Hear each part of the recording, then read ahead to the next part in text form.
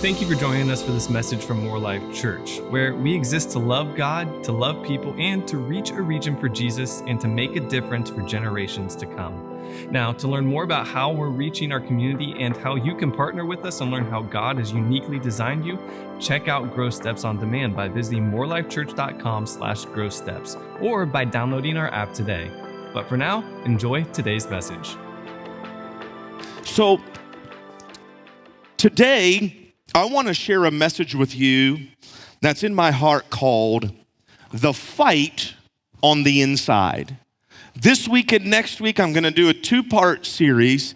And this week, I'm going to talk to you about the fight on the inside. I want you to turn and talk to 4 people real quick before I get into this and say this to them. Say, I know what it feels like to be frustrated. Go ahead and tell 4 people, I know what it feels like to be frustrated. I know what it feels like to be frustrated.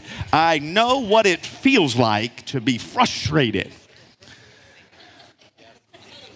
I know what it's like. I know what it's like. This message today is for anyone who has experienced being a friend to someone, a better friend to them than they were back to you. This is a message for every parent of a toddler who's tired of cleaning up messes and you're exhausted and fatigued and worn out. This is for every person that you are fed up with your boss and you are fed up with your workplace. This is for any person that you've had it with your government and you've had it with your community leaders. This is a message for anyone who you've been better to your church than your church has been back to you. I don't know what next week was going to be about, but this week is about the fight that we have on the inside. And so at the end of this, now you may be in here and you may be in the religious holy section and say, I'm not frustrated. I never get frustrated. I am impervious to frustration. We will have a call at the end for people who don't know how to tell the truth. And you may not deal with it today, but you've dealt with it yesterday. And you've failed and lost the fight on the inside. And when you lose that fight on the inside, you get even more frustrated and feel guilty because you let loose on someone who didn't deserve what you gave them. And so then it exacerbates, it compounds, it is a snowball effect around us. And it's a fight that we all have on the inside. I've been fascinated for years, for as long as I can remember, I can put it to, I've been fascinated for years with the story of the Exodus of the children of Israel. The first time I remember being fascinated by it was around Easter years ago. I don't know if they do this still or not, but it used to be when I was a little kid at Easter time, they would always play the 10 Commandments, the movie with Charlton Heston. And I watched and I'd watch and I'd watch and I loved watching it. But I always looked for that one moment when Charlton Heston, as Moses said to Pharaoh, let my people go. Let my people go. And it just kind of was like, then I don't know. I didn't have language for it then, but there was something about Moses as a leader figure liberating people that resonated with me. Let my people go. It was interesting because growing up, my mother's side of the family came here from Italy. My father's side, most of my father's side were Native Americans. My dad is really big into ancestry and genealogy, and I can summarize everything you need to know about me as a person and my temperament with the background of where I come from. Number one, my mama came from Sicily, which is where the mafia was formed in Italy. And my dad traced our lineage back to Viking royalty. So I got a little bit of mafia and a little bit of Viking warrior in me, and that kind of tells you a little bit about my temperament. So these two very different backgrounds, both watched the same show. Didn't matter which grandparents' house I went to, they had it on. Because as a kid of a divorced family, I'd alternate years. So one year I'd be here, and one year I'd be there. And everybody had it on. I was fascinated. Let my people go. As I grew and developed as a person and really sank my teeth into God's word, I began to notice something about this story that's relevant for us today. Pharaoh let go of the children of Israel much quicker than the children of Israel let go of Pharaoh. In other words, we focus on that part of the movie, Pharaoh let my people go, but many of us are trapped because not only do we focus on that, we don't realize that the bigger issue is not let my people go, but it is rather that we must let the Pharaoh go. They got out of Egypt, but Egypt didn't get out of them. Long after they left Egypt, Egypt still had a part of their belief system and who they were and how they lived. In Numbers chapter 20, verse 7, the children of Israel are at it again. Egypt has got the better of them, and they're murmuring and complaining. They are mad at the leader Moses, and Moses is mad right back at them. It's really interesting when the people are mad at the leader, but it gets really dicey when the leader gets mad at the people. And it's tricky. And this is what happens. And in verse 7 of Numbers 20, then the Lord spoke to Moses saying, take the rod, you and your brother Aaron, gather the congregation together. And God gives them instructions and says this, speak to the rock before their eyes, and it will yield its water. Thus you shall bring water for them out of the rock and give to the congregation to drink and their animals. So Moses took the rod from before the Lord as he commanded him, and Moses and Aaron gathered the assembly together before the rock, and he said to them, hear now, you rebels, we must bring water out of this rock for you. Then Moses lifted his hand and struck the rock twice with his rod, and water came out abundantly, and the congregation and their animals drank. But verse 12, then the Lord spoke to Moses and Aaron, watch this, because you did not believe me to hallow me in the eyes of the children of Israel, therefore you shall not bring this assembly into the land which I've given them.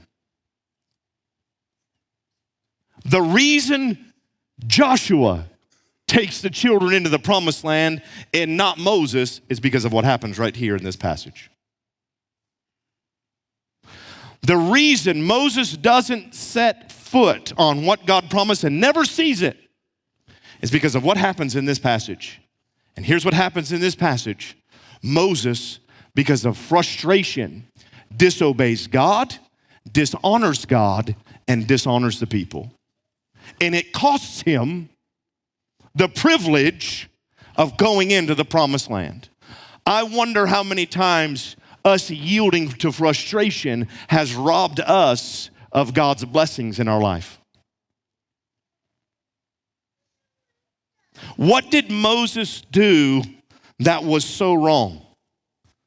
There's several things that you need to understand in this passage and in the Old Testament. Let me dive a little bit deep for you. The Old Testament is written in types and shadows. They're predictions for what is going to happen in the future. And in this passage, the rock is typical, or the type, or the metaphor, or the picture for Jesus, who would come on the scene and bear the sins of the world. And Moses is given instructions. He's told to speak to the rock. But Moses doesn't speak to the rock. Moses speaks to the people and hits the rock. What's happening below the surface is that this inside message that you don't see unless you dive a little bit deep is nullifying and dishonoring the future sacrifice of Jesus, because he hits the rock twice, signifying that Jesus' death, burial, and resurrection wasn't enough, that something else had to be done for them to be justified, purified, and redeemed. And Moses destroys the type that God is trying to give. In addition to that, Moses breaks some cardinal rules. He brings his frustration to the people that he's trying and supposed to be serving. When frustration sets in, it costs us. So, Moses is frustrated with the people that he loves, and the people are frustrated with the leader that God has given them. Do you know it's easy to follow a leader when times are good? But the moment that leader is involved in tough times, you really see what we're made up of as a people. Because the slightest moment that adversity comes, we as human beings turn on our leaders.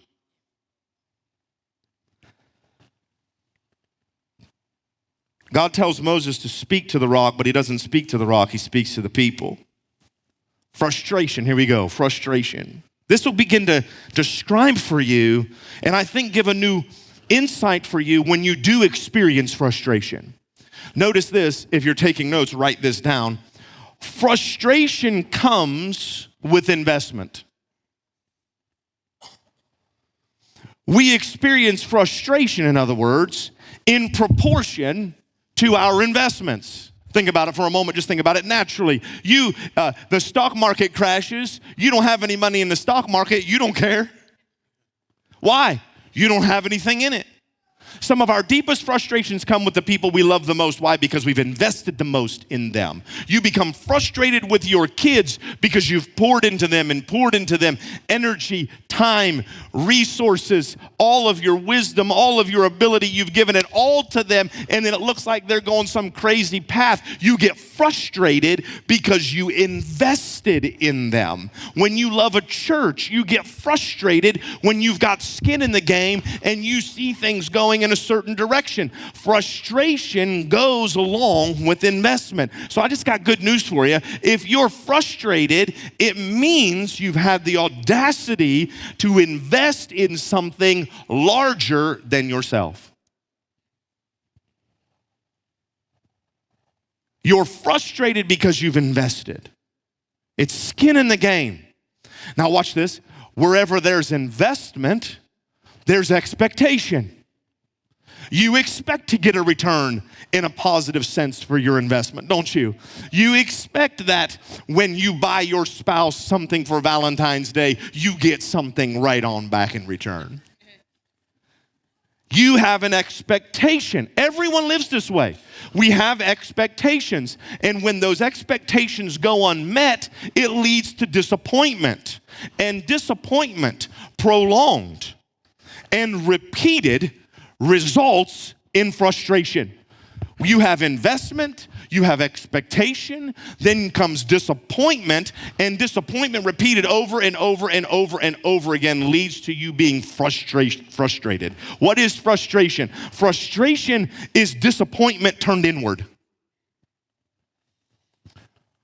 Frustration is that pressure that you feel on your chest that's trapped because you've poured into things and you've come up disappointed time after time after time after time.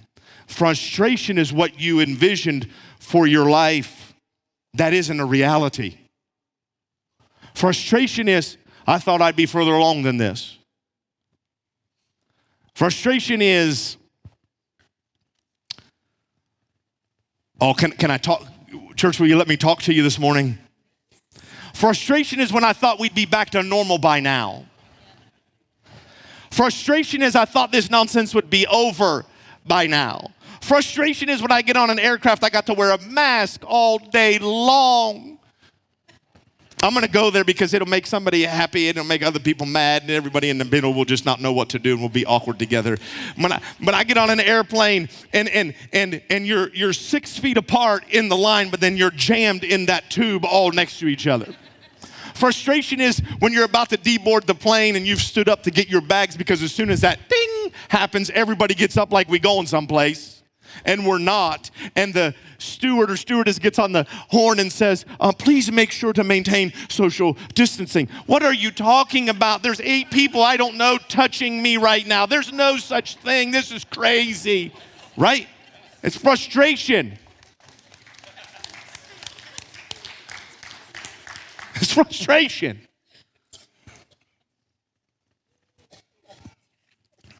Frustration is disappointment turned inward. Write this down. Frustration must be expressed. So here's how it goes. If you're writing down the anatomy of it so you can keep track later. Investment, expectation, unmet expectation leads to disappointment. Prolonged disappointment and repeated disappointment leads to frustration. And frustration then comes out. This is what's going on with Moses and the children of Israel. He expected it to be different. He invested in these people. And they invested back. He's repeatedly disappointed. Ladies and gentlemen, this is the 3rd time that Moses provides a miracle at God's leading to a water shortage. 3rd time. 2nd time God uses Moses to bring water out of a rock. And they still complaining. They're still upset. Listen, everybody's happy with Moses as long as manna's raining down from heaven and water's coming out of the rock and the Pharaoh is letting them go. But the moment they get tired of manna and want quail, they start murmuring and complaining. Why? Because everyone in this system is frustrated. Ladies and gentlemen, the best of my ability to put language as to what's going on in the world around us is unmet expectations with repeated disappointments, and everyone you know is on some level frustrated. And then what do we start doing? We start venting. That's what Moses does. You want to know what's wrong with what Moses did? It wasn't what God told him to do. Moses said, speak to the rock. Moses doesn't speak to the rock. He speaks to the people. Hear this, you rebels, you troublemakers, you whiners and complainers. Listen to what I've got to say. That isn't what God told him to do. Venting. Now here's where the strength comes. You ready? Frustration weakens you. Why? Because it is a thief of joy. When you are frustrated, you are not experiencing God's best, and you are not experiencing joy. And watch this. Here's how I know it weakens us. Because it's the joy of the Lord that is your strength. And when you're robbed of that joy through specifically frustration, you start venting. You start giving people pieces of your mind that don't need it. You start saying things that you regret having said. You start using words that you wouldn't dare use in a counseling session with me and my wife. You start calling people names. You go to work and you go to the break room and you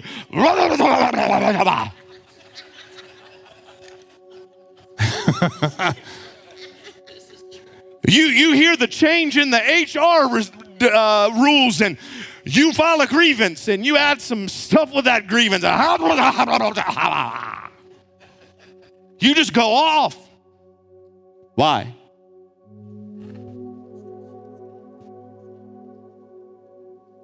Because you're speaking to the people when you should be speaking to the rock. What's the rock? It's Christ.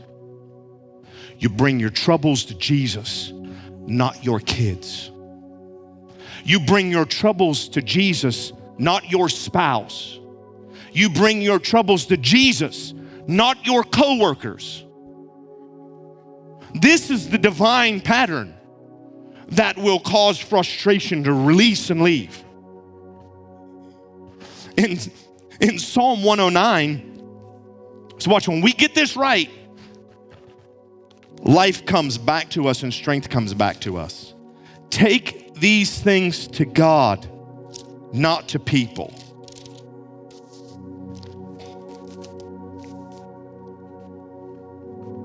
I wonder what it would look like in your house if all of a sudden you decide, I'm not gonna speak to the people. I'm gonna go into my closet. I'm gonna give it to Jesus. I'm gonna give it to the rock.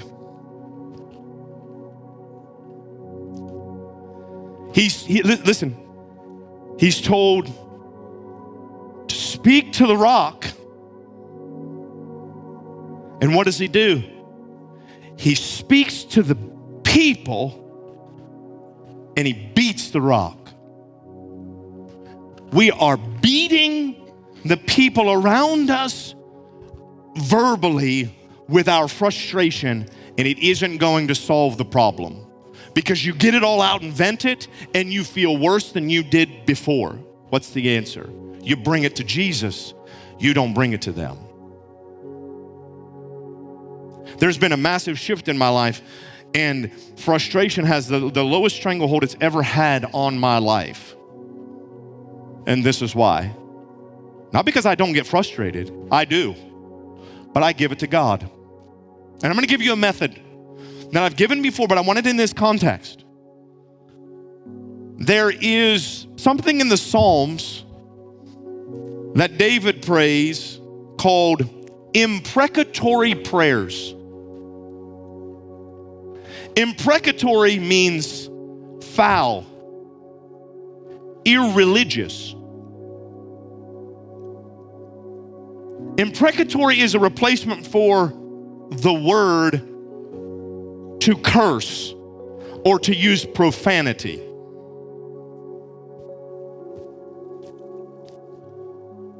Am I telling you to cuss at God? Maybe. I'm being serious. Listen, I know where we live. We live in Lincoln County, Ohio. Y'all cussing at something.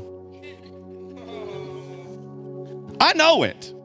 And I'm not mad about it. I just don't act like it's not true. Just don't act all religious on me. We get frustrated and stuff flies out of our mouth, and it's usually aimed at the people we love the most because we've invested the most, and we don't believe they'll leave us. We believe we're safe with them, so we'll just tell them anything. And I need you to understand something, that long after you've vented that and you no longer feel that way or carry that in your soul, they don't get away from it as quickly as you do, and they still carry it in theirs. They still think your coworker is a son of a whatever long after you've let it go. Am I talking to you today or not, church? I'm talking to you. I'm talking to you. Look, listen to this prayer listen to one of these prayers that David prays, talking about one of his enemies. When he is judged, let him be found guilty. And let his prayer, talking about his enemy, this is what he's saying to God about this. Let his, Psalm 109, 7 through 13. When he is judged, let him be found guilty, and let his prayer become sin. Let his days be few, and let another take his office. Let his children be fatherless, and let his wife be a widow. Let his children continually beg and be vagabonds. Let them seek for bread from desolate, dry places. Let the creditor seize all that he has, and let strangers plunder his labor. Let there be none that extend mercy to him. Not let there be any to favor his fatherless children. Let his posterity be cut off, and in the generation following, let their name be blotted out. One translation says, let it be like they never existed. Let them be continually before the Lord. Watch this. That this person may be cut off from the memory of the earth. That's what David tells God about someone he doesn't like, about a frustration. Where am I going with that? If you know Scripture, here's what you realize. David is battling with Saul, and David finds himself in a cave with Saul. And David has a chance to physically take out his enemy Saul, and David chooses not to do it. Saul's asleep, and David can kill him, wipe out his enemy. And David says within himself, I'm not going to touch the one that God has chosen. Watch this. I think it's because David got all of his frustration out in this prayer to God. That way, when he was in the room with his enemy and had an opportunity to commit sin and do what God didn't tell him to do, he didn't act because he'd already gotten the frustration out. He'd already gotten the stuff out. Listen, when we get all that stuff out, it frees us, it liberates us, it brings us joy so that we can fully trust God. And when things don't go the way we think they ought to go, we can stand firm in our faith and say, God's got this. I don't have to do it for him. I don't have to be frustrated. I'm giving it to God. I'm not carrying it myself, and God is going to answer this on my behalf.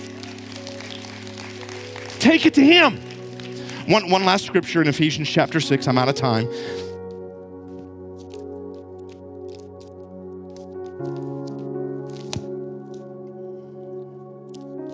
Can you all handle one more scripture?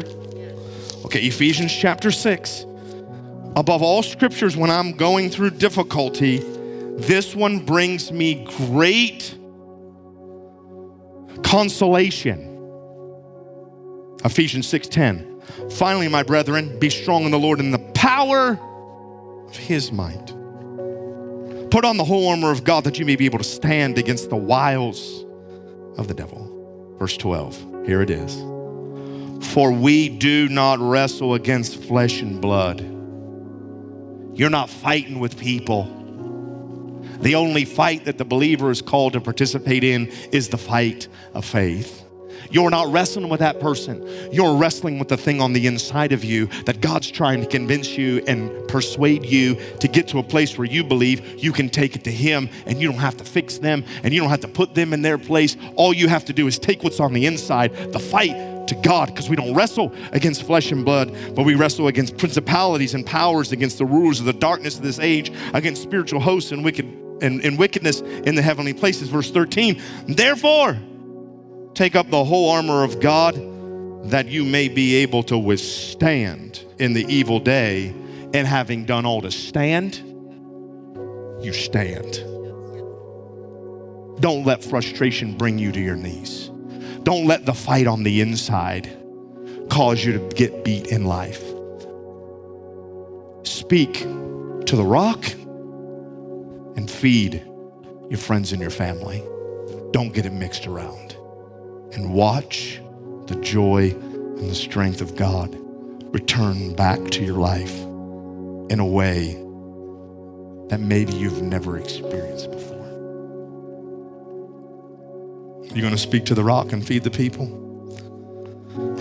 I hope you do.